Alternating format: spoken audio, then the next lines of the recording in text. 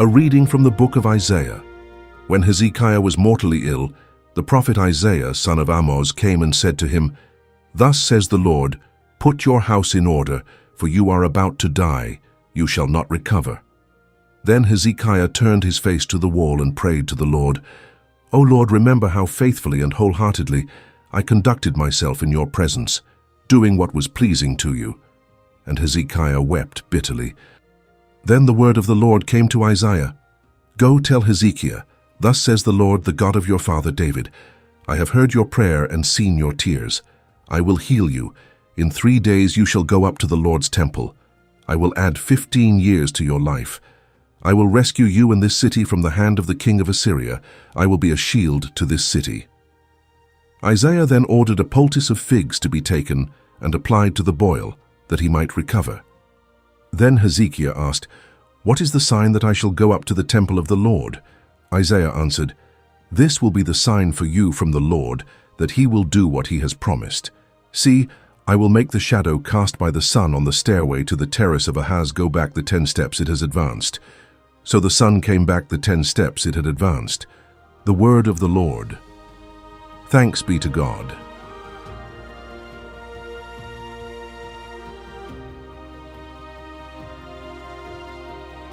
A reading from the Holy Gospel according to St. Matthew. Glory to you, Lord. Jesus was going through a field of grain on the Sabbath. His disciples were hungry and began to pick the heads of grain and eat them. When the Pharisees saw this, they said to him, "See, your disciples are doing what is unlawful to do on the Sabbath." He said to them, "Have you not read what David did when he and his companions were hungry, how he went into the house of God and ate the bread of offering, which neither he nor his companions but only the priests could lawfully eat? Or have you not read in the law that on the Sabbath the priests serving in the temple violate the Sabbath and are innocent? I say to you, something greater than the temple is here. If you knew what this meant, I desire mercy, not sacrifice, you would not have condemned these innocent men. For the Son of Man is Lord of the Sabbath. The Gospel of the Lord. Praise to you, Lord Jesus Christ."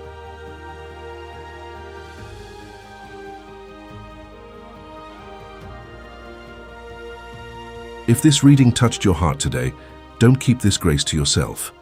By commenting or sharing this content, the algorithm understands that this message is important and delivers it to more people who may need a word of hope right now.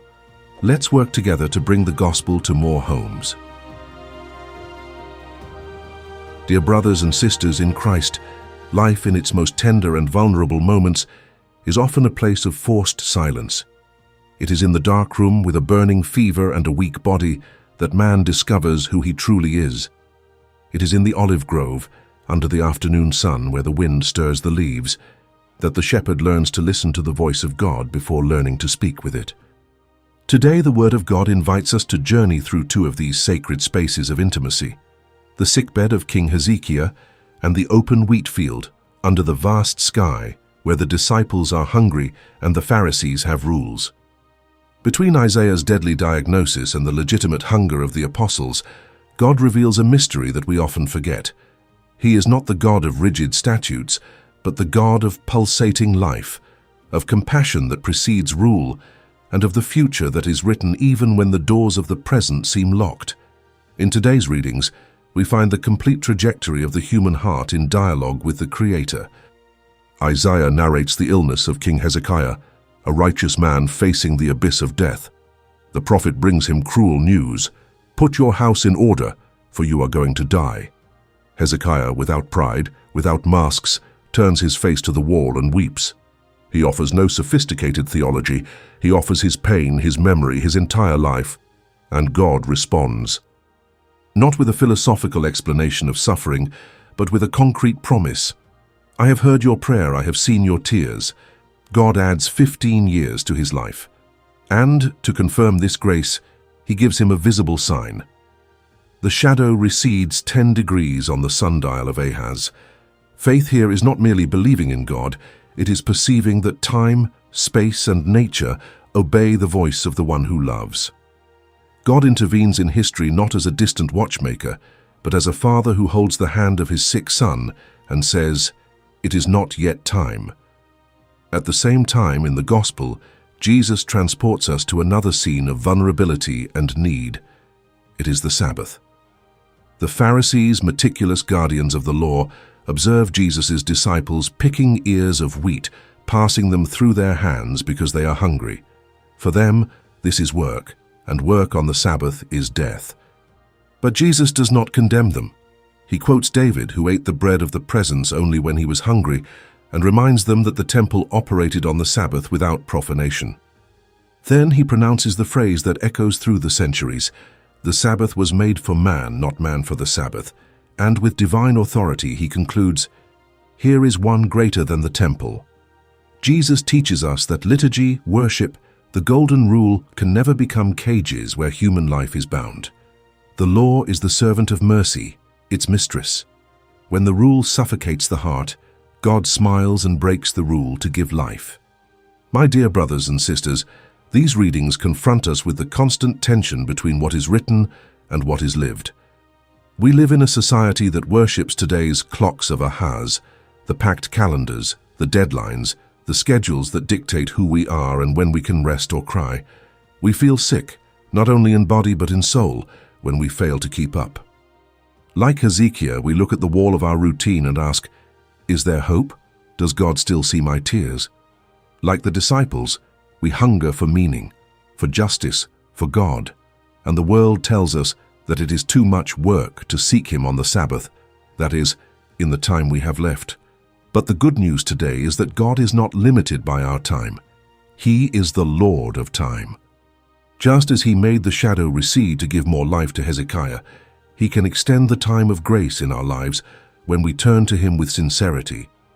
And just as He defended the hungry disciples from the Pharisees, He defends our humanity from all the rigid laws that try to tell us we are useless if we don't produce, if we aren't always busy, if we aren't perfect. God prefers a hungry son who eats in the field to the perfect servant who fasts in the temple, but with a cold heart. Perhaps the first invitation of these readings is to learn the art of crying before the wall. How many times do we run from God, hiding our weaknesses behind masks of success? Hezekiah was honest, and honesty is the first step to a miracle. May we bring to God not only our praise, but our illness, our anxiety, our lack of time. Don't be afraid to say, "Lord, I can't take it anymore." He has already seen your tears. There is also a dimension we cannot ignore: compassion as the supreme criterion. The Pharisees saw the disciples' feet dirty with earth and judged them. Jesus saw the hunger in their eyes and loved them. In our families, at work, in our communities, are we Pharisees or disciples? Do we judge those who don't go to Mass every Sunday or those who work on Saturdays? Or do we see the hunger for God in the face of another and care more about the person than the rules? The Christian faith is not a collection of prohibitions. It is the courage to love before being judged.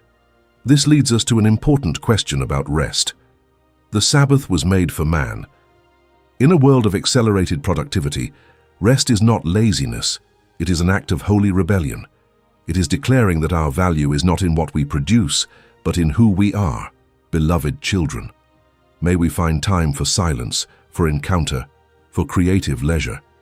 May our Sabbath be a sanctuary against anxiety, a space where the shadow of the clock recedes and gives us room to breathe the air of grace. Faith, however, does not remain only within the heart. It manifests itself in the way we treat others. Hezekiah received 15 extra years. For what? To praise God in the homes of our children. God gives us extra time not to accumulate possessions, but to spread life.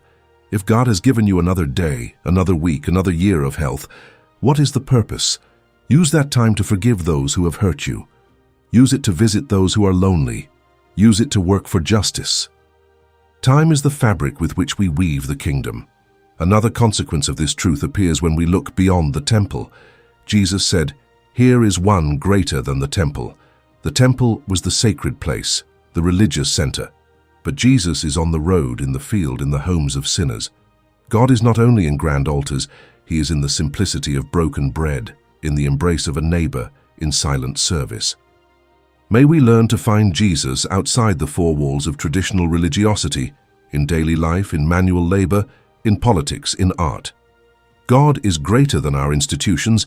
He is the reality that sustains and transcends them.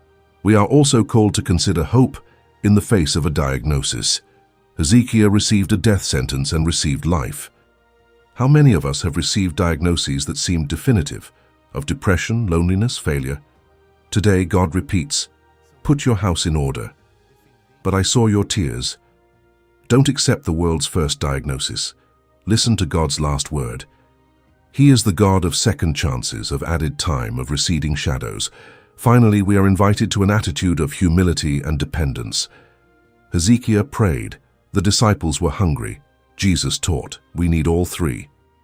We need to pray like Hezekiah, with transparency.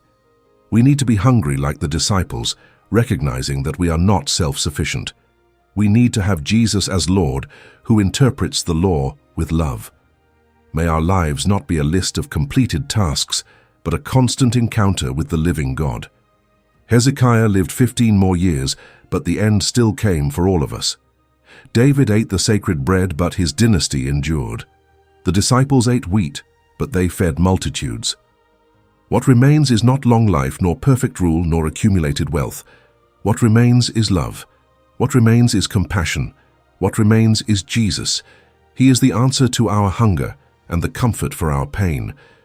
Today, the torch is passed to us. We are the storytellers now. We are not keepers of clocks, but messengers of a God who adds life. We are not judges with dirty feet, but friends of the hungry.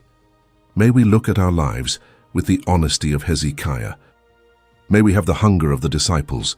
May we walk with the presence of Jesus. May we rest in the Sabbath of the heart. May we pray with tears. May we love without calculation. May we live each day as a gift from the God who makes the shadow recede and the light shine. May the grace of our Lord Jesus Christ, the love of God the Father, and the communion of the Holy Spirit be with you all, now and forever. Amen. Leave your Amen or prayer request in the comments below. Our community is a space for intercession, and by interacting with the video, you help the channel grow so we can continue our daily journey through the Word. May God bless your generosity in helping us spread the light of Christ.